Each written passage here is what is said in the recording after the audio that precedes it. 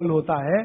और भारत वात प्रकृति का देश है, देशों की प्रकृति होती है वात प्रकृति, क्योंकि गर्मी है, ज्यादा इलाके में गर्मी है, वात प्रकृति का देश है, रुक्ष देश है।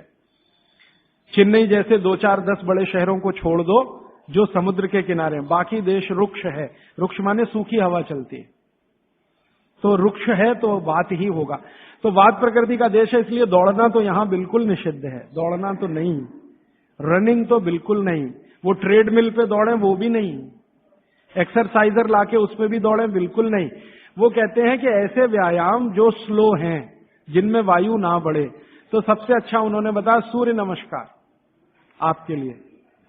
अब आप चाहे आसन के रूप में माने या उसको व्यायाम के रूप में माने, तो सूर्य नमस्कार आपके लिए सबसे अच्छा है।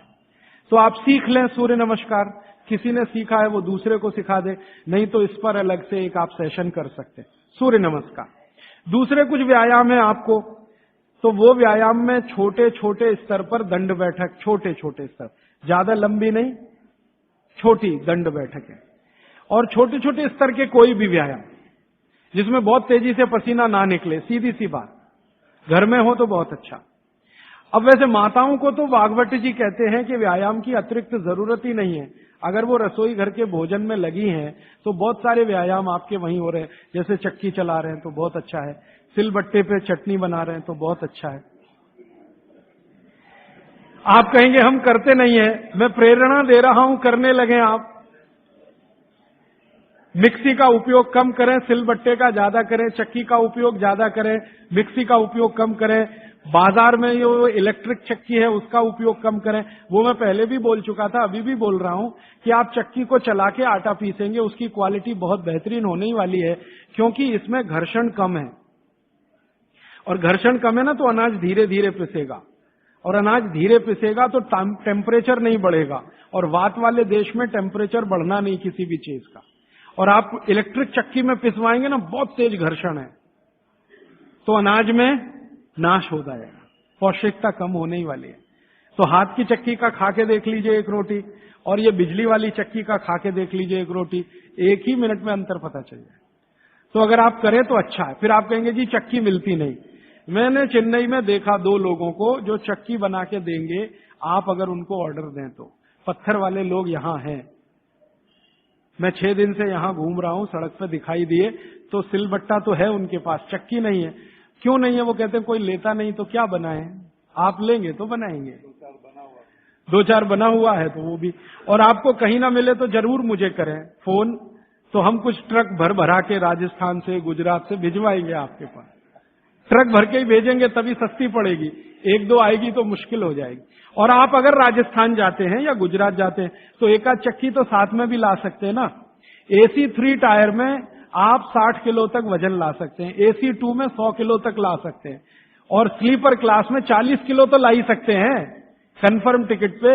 तो चक्की तो 20 किलो से ज्यादा होती ही नहीं है। तो आप भी जाएं कभी राजस्थान गुजरात तो 2 चक्की एक आदमी ला सकता है।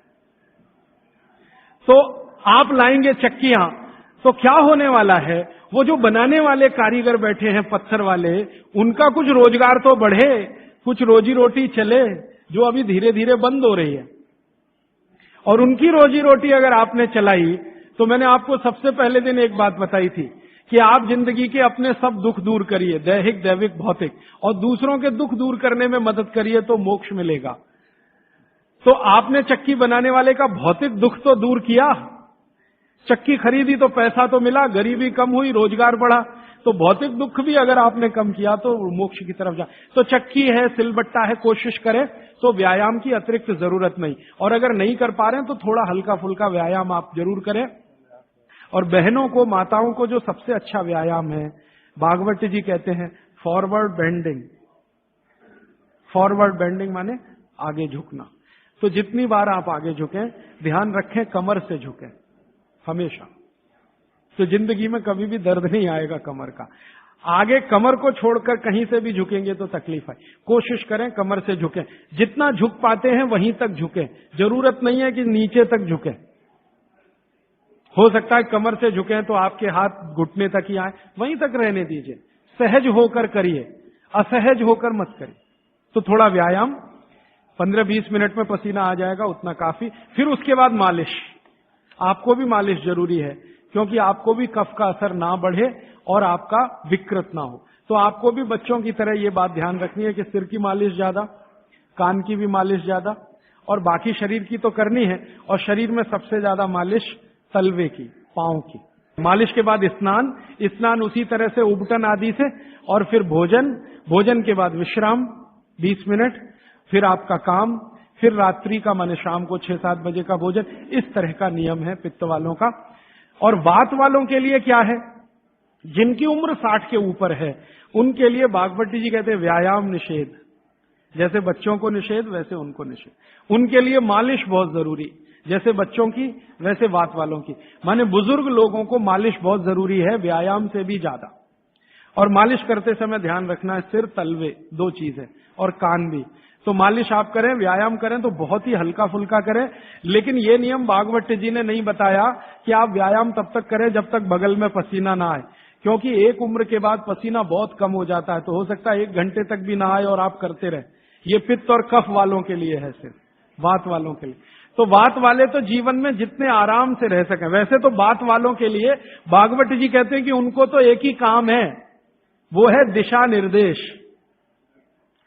बुजुर्गों का एक ही काम है कि घर में बैठे हैं और दिशा निर्देश दे रहे हैं, ऐसा मत करो, ऐसा करो, ऐसा मत करो, क्योंकि उन्होंने जीवन का सारा अनुभव ले लिया और वो अनुभव को मिलाकर आपको दिशा निर्देश कर रहे हैं। बाकी अपना पूजा पाठ, भक्ति वगैरह ज्यादा, क्योंकि इसमें मूवमेंट, बागवती जी बोलते हैं कि वात के लोगों को मूवमेंट सबसे कम होने चाहिए।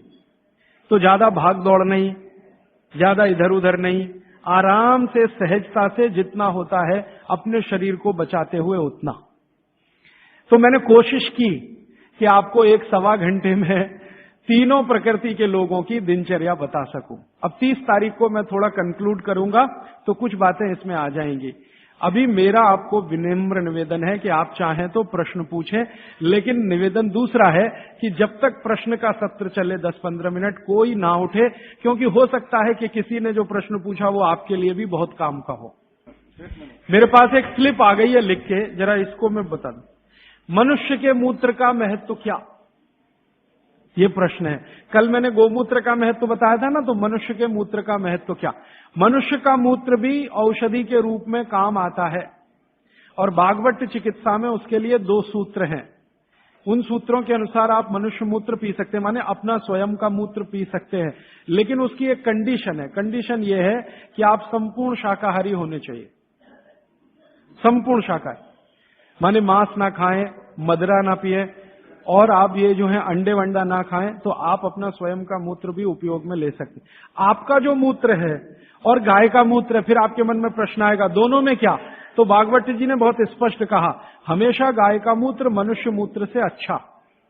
अगर गाय का मूत्र आसानी से उपलब्ध है तो वो पिए, नहीं उपलब्ध है तो आप स्वयं का मूत्र भी पी सकते हैं। अब स्वयं के मूत्र में वो कहते हैं कि सवेरे सवेरे जब सोकर उठें और पहला मूत्र हो वही उपयोगी है, बाकी दिन भर का नहीं। उठें और पहला मूत्र, और पहले मूत्र को भी कलेक्ट करने की विधि उन्होंने बताई है। वो विधि क्या है कि आप मूत्र करना शुरू करें तो पहला थोड़ा छोड़ें,